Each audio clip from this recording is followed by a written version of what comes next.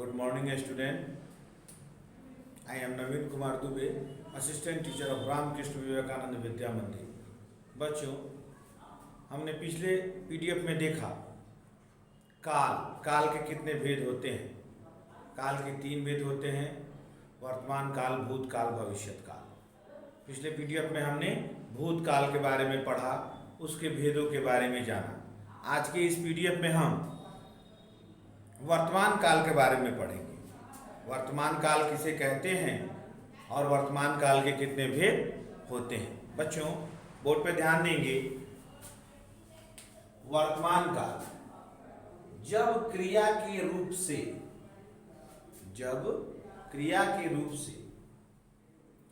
कार्य के उपस्थित या जब क्रिया के रूप से कार्य के उपस्थित या चल रहे समय में होने का बोध हो, यानी जो समय चल रहा है उसमें क्रिया हो रही है। जो अभी का समय चल रहा है उसमें क्रिया हो रही है, उस काल को हम लोग वर्तमान काल कहते हैं। उस काल को हम लोग क्या कहेंगे? वर्तमान काल के अभी के समय में जो क्रिया चल रही है उसे हम लोग वर्तमान काल कहेंगे। जैसे उदाहरण देखेंगे हम लोग, तन्वी खेल रही है। तन्वी खेल रही है यानी अभी के समय में, अभी जो समय चल रहा है उस समय तन्वी खेल रही है और हम उसको देख रहे हैं। यहाँ खेल रही है वर्तमान काल को संबोधित करता है। दूसरा उदाहरण देखिए, कबीर झूला झूलता है। तो यहाँ कबीर का झूला झूलना इस बात को यह बताता है, स्पष्ट करता है कि कबीर झूला झूलता है, मतलब वह झूल रहा है। अब यहाँ देखेंगे वर्तमान काल के भेद। वर्तमान काल के कितने भेद होते हैं?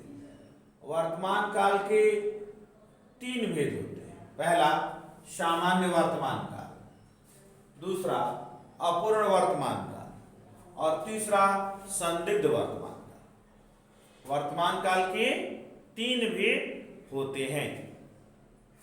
अब देखेंगे बच्चों, पहले कि सामान्य वर्तमान काल किसे कहते हैं। हम लोग सामान्य वर्तमान काल किसे कहते हैं इसके बारे में जानेंगे।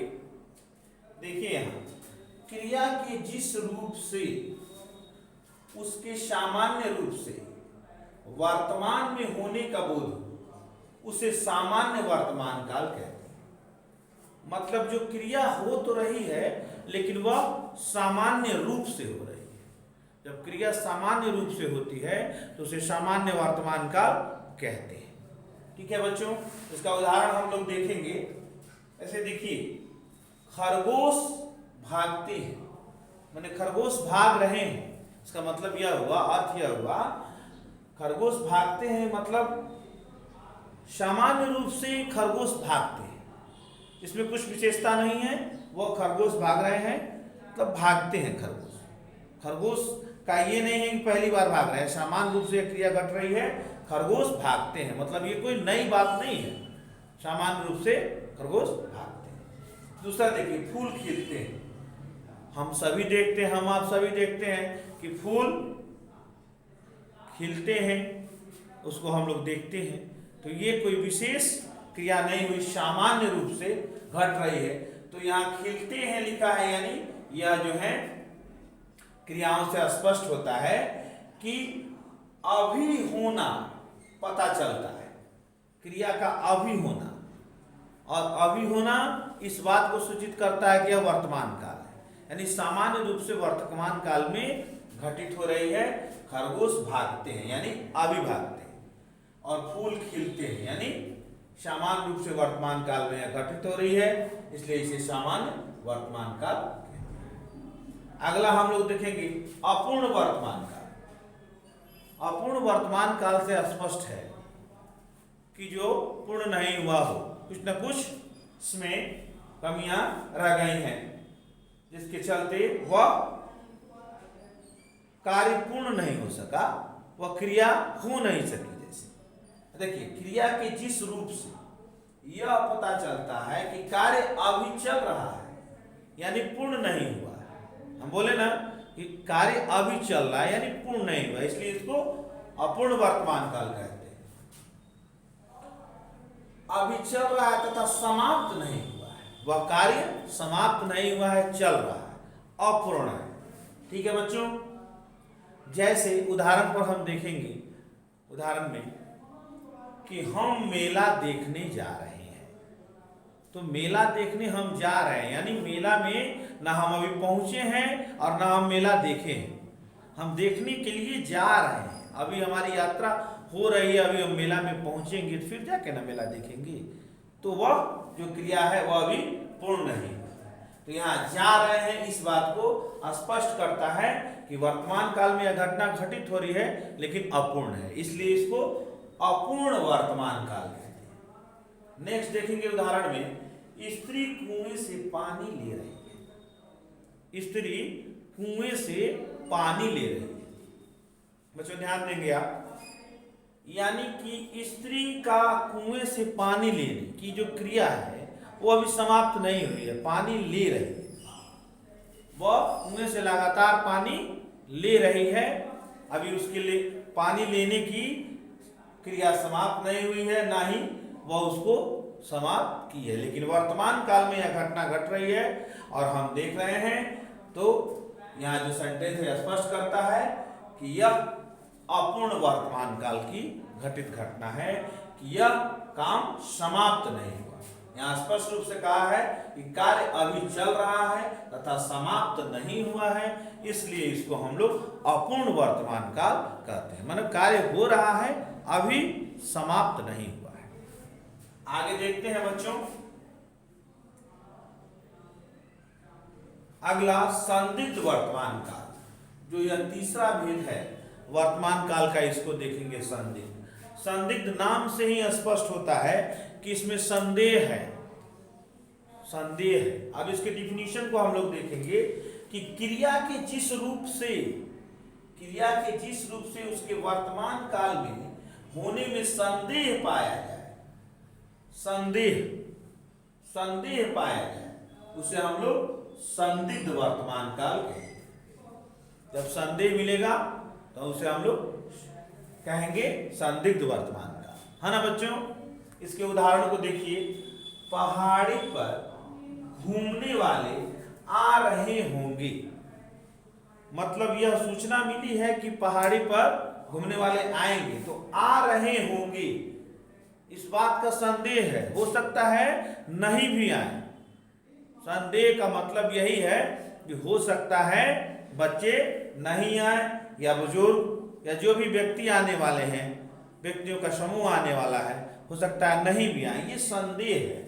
इसलिए सेंटेंस में आ रहे होंगे इस बात को स्पष्ट करता है कि ये जो है संदेह है इस कार्य के, इस क्रिया के होने में, इसलिए इसे संदिग्ध वर्तमान काल कहते हैं, क्योंकि संदेह स्पष्ट हो रहा है।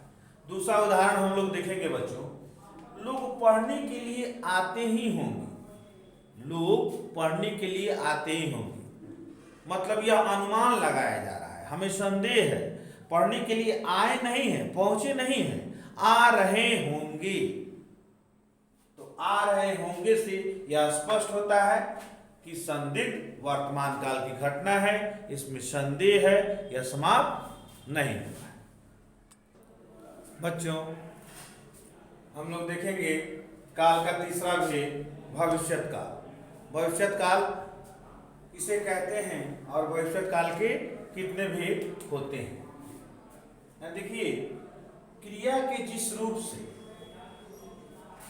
काम का आने वाले समय, यानी कि आने वाला समय कौन है, भविष्य, ठीक है, फ्यूचर, भविष्य में होने का बोध होता है उसे भविष्यत काल कहते हैं।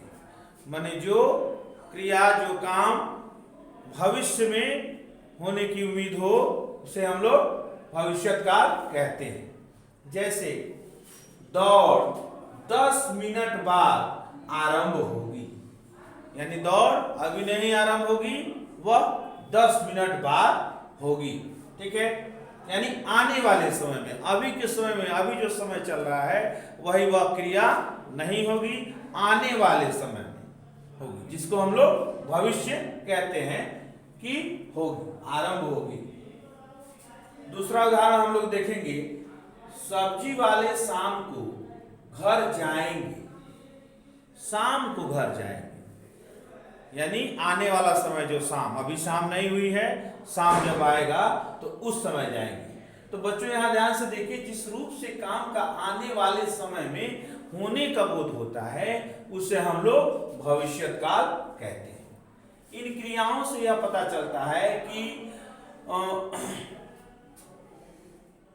दौड़ना, ये जो दौड़ने की क्रिया है और ये जो जाने की क्रिया है, जाने की क्रिया आने वाले समय में होंगी। यहाँ आप देख रहे हैं 10 मिनट बाद आरंभ होगी दौड़ की क्रिया, और यहाँ आप देख रहे हैं सब्जी वाले शाम को घर जाएंगे, यानी कि जाने की जो क्रिया है और दौड़ने की क्रिया है वो आने वाले समय में होगी। इसे हम लोग भविष्यकाल कहते हैं। अब बच्चों हम लोग देखेंगे भविष्यकाल के कितने भेद होते हैं, इसके भेद के बारे में हम लोग जानेंगे। भविष्यकाल के 2 भेद होते हैं। पहला भेद सामान्य भविष्यकाल और जो दूसरा भेद है वह है संभाव्य भविष्यकाल। हम लोग जानेंगे कि सामान्य भविष्यकाल किसे कहते हैं। बच्चों ध्यान दीजिए, जब क्रिया के रूप से यह बोध हो कि कार्य भविष्य में सामान्य रूप से होगा, कार्य भविष्य में होगा लेकिन सामान्य रूप से होगा, तो उसे हम लोग सामान्य भविष्यकाल कहते हैं। ठीक ना बच्चों, उसे हम लोग सामान्य भविष्यकाल कहते हैं। अब उदाहरण से देखिए और उदाहरण से इसको समझिए। देखिए, चौकीदार शाम को घर जाएगा, यानी कि सामान्य रूप से वह आने वाले समय में, क्योंकि अभी शाम नहीं हुई है, यह क्रिया करेगा यानी घर जाएगा। ठीक ना बच्चों, तो इसे हम लोग सामान्य भविष्यकाल कहेंगे। दूसरा देखिए, बैल कल हल जोतेंगे, अभी के समय में नहीं, आने वाले समय में, यानी आज नहीं कल। तो जो आने वाला समय होता है वो तुरंत का समय नहीं होता, तुरंत के समय को हम लोग वर्तमान कहते हैं और आने वाले समय को हम लोग भविष्य कहते हैं। ठीक है, कि भविष्य में, तो क्रिया का व्यापार आने वाले समय में होगा। यहाँ स्पष्ट होता है कि क्रिया का जो है व्यापार आने वाले समय में होगा, क्योंकि जाएगा तथा जोतेंगे, यहाँ जो जाएगा लिखा है कि चौकीदार शाम को घर जाएगा, ये आने वाले समय में होगा। और जो हल जोतेंगे बैल, वो भी स्पष्ट होता है क्रिया का व्यापार आने वाले समय में होगा। तो सामान्य रूप से आने वाले समय में घटित होती है क्रिया, उसे सामान्य भविष्यकाल कहते हैं। अब देखेंगे बच्चों इसके आगे, ख संभाव्य भविष्यकाल किसे कहते हैं। ध्यान दीजिए, क्रिया का वह रूप जिससे काम के भविष्य में किए जाने या होने की संभावना प्रकट की जाए, माने भविष्य में कोई कार्य होगा, इसकी संभावना प्रकट की जाए तथा कोई निश्चय नहीं हो कि वह संभाव्य भविष्यकाल या संदिग्ध भविष्यकाल कहलाता है। ध्यान दीजिएगा बच्चों, यह संभावना व्यक्त की जाए कि कोई कार्य आने वाले समय में होगा, लेकिन होगा या नहीं होगा इसका कोई निश्चय नहीं हो कि वह संभाव्य भविष्यकाल या संदिग्ध भविष्यकाल कहलाता है। मतलब क्रिया होगी, काम होगा, लेकिन यह स्पष्ट नहीं है, संदेह की स्थिति है कि वह कार्य होगा या नहीं होगा। अब उदाहरण से हम लोग यहां देखेंगे, शायद बच्चे आज मिलने आए, यानी शायद बच्चे आज मिलने आए, इस बात से स्पष्ट होता है बच्चे आज मिलने आ भी सकते हैं, नहीं भी आ सकते, स्पष्ट है। तो यह क्रिया हो भी सकती है या नहीं भी हो सकती। यह कार्य आज समाप्त हो सकता है या नहीं भी हो सकता है। हो सकता है बच्चे कल मिलने आए, इस बात की निश्चितता नहीं है, इसलिए संभाव्य भविष्यकाल कहा गया है, निसंदेह है इस पर। दूसरा उदाहरण हम लोग देखेंगे, शायद अब जंगली घास नहीं उगेगी। शायद अब जंगली घास नहीं उगेगी, यानी जंगली घास हो सकता है उग भी सकती है और हो सकता है नहीं उगे। इस बात की संभावना है कि उग भी जाए या नहीं भी जाए, लेकिन कोई निश्चितता नहीं है कि कौन सी घटना होगी। इसी को हम लोग संभाव्य भविष्यकाल कहते हैं। बच्चों यहाँ मिलने आए जो है, शायद बच्चे आज मिलने आए और यहाँ जंगली घास नहीं उगेगी, क्रिया के आने वाले समय में होने की संभावना की गई कि जो क्रिया होगी वो आने वाले समय में होगी, इसकी संभावना व्यक्त की गई है बच्चों, इसलिए इसे संभाव्य भविष्यकाल कहते हैं। बच्चों इसी के साथ यह चैप्टर काल समाप्त होता है। इसके सभी वेदों को आप पढ़ेंगे, याद करेंगे, इसका नोट्स बनाएंगे और इसका क्वेश्चन आंसर बनाने की कोशिश करेंगे। पीडीएफ के माध्यम से जाएगा क्वेश्चन आंसर।